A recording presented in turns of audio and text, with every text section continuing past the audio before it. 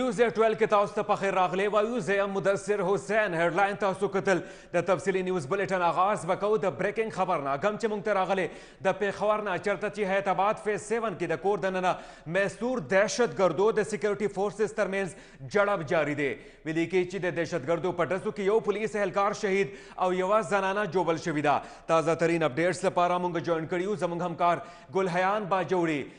बाजौड़ी तासु जाया वकुआ बानी मौजूद है ताज़ा तरीन अपडेट्स सरागली। जी बिल्कुल मुदस्सिर हुसैन दा वक्त हैदराबाद फेज 7 चिकम गली नंबर 12 द पाके वलाने में दलता द तरगर खिलाफ चिकम ऑपरेशन दे हागा जारी दे तरवसा पूरे पदे ऑपरेशन नतीजा की यो एसआई चिकम दे नोगा शहीद शवे दे दो जनाना ची दी नोगा कमी चौदली ची दी वक्त पे वक्त पदागा कोर बांधी की नो पदा के दो जनाना शिशी चिकमे दी नोरे चरी ची दी दागा पर नतीजा के दो जनाना ची दी आगा डूबल शिवी दी आगा पसंदस्ती होगा हैदराबाद मेडिकल कम्प्लेक्स ता रसवले शिवी दे देना अलावा दो द सिक्योरिटी फोर्सेस चिकम जवानान दी यो कैप्टन दे आगा ओ हम पके जख्मियान शिवी दी जोबल शिवी दी او د دې نه علاوه 15 ترهګر چې دي هغه وجلې شوي دي دغه اپریشن چې تقریبا د بیګاره سي شروع دي نور چې کم دلته علاقه ده نو د سکیورټي فورسز ټوله خپل ولقه کې اغستې ده هیڅ چاته هم هلته د تلو اجازه نه ورکړی کیږي متضاد بیانونه مدثر حسین رازي څوک وایي چې په دا کور کې زنانه او ماشومان هم محصور دي خو بعضې داسې اطلاعات هم دي چې دا کې صرف دغه وسلوال دغه ترهګر دي او په دې کې زنانه نشته دي نو دغه متضاد بیانونه هم را روان دي چون کې هلته میډیا ته د ورتګ اجازت نشته دی سکیورټي فورس دا وخت ټول د اپریشن چې کوم کمانډ هغه په خپل لاسونو کې اغستې دی خو د دې سره پولیس نور د قانون نافذ کوونکو ادارې چې کوم اهلکار دي هغه په لوی شمېر کې راغلي په لوی شمېر کې د سکیورټي فورسز ګاډي هم راغلي دي بارین نفري هم راغلي ده د پولیسو نفري هم راغلي ده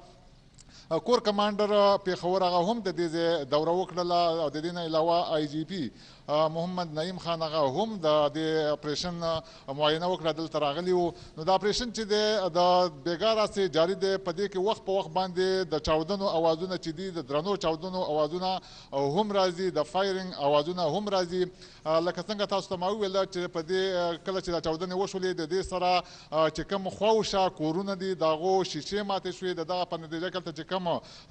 د ګاونډ کې خلک اوسېدو نو پاکې دوه زنانه چې دي د دغه شیشو د وجې هغه معمولی جوبل شوي دي هغه په سمدستي توګه هسپتال ته رسولې شوي دي کوم چې د ریسکیو ټیمونه دي هغه هم د مختلفو امدادي ریسکیو چې کوم ټیمونه دي هغه راغلي دي امبولانسز هم ولاړ دي نور په هسپتالونو کې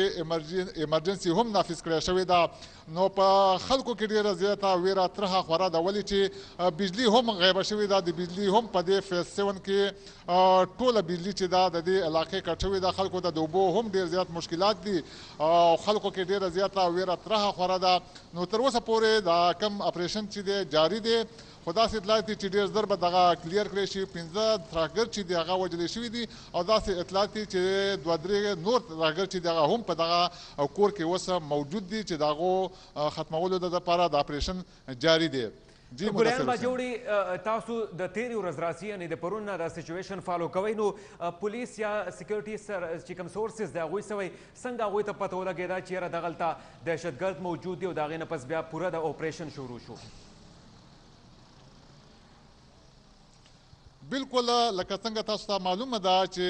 انټیلیجنس چې کوم ادارې دي په هغه اطلاعاتو باندې هغې ته اطلاع میلاو شوه چې فیس 7 چې کومه گلی نمبر 12 ده په دغه یو کور کې ترهګر چې دي نو هغه موجود دي دغه نه پس هغوی بیا په دغه باندې چاپه ووهله په دې دوران کې بیا فایرنګ وشو د دوه طرفونو نه په دغه نتیجه کې د سی ټي ډي چې کوم ایس آی دی نو هغه پکې شهید کړی شو د دې نه علاوه بیا دغه فایرنګ سلسله چې وه ټوله شپه جاري وه دماکې پکې هم شوي دي نو دې په نتیجه کې بیا دغه 15 دهشتګرد چې دي هغه ووژلی شو او دغه یو پولیس چې کوم ایس آی و هغه پکې هم شهید کړی شو د دې نه علاوه تر اوسه پورې د اپریشن شروع دی نو په دې دوران کې وخت په وخت بیا دینه پس چې دی نو دوه د پاک فوج چې کوم ځوانان دي یو کیپټن دی او یو بل اهلکار دی هغه پکې هم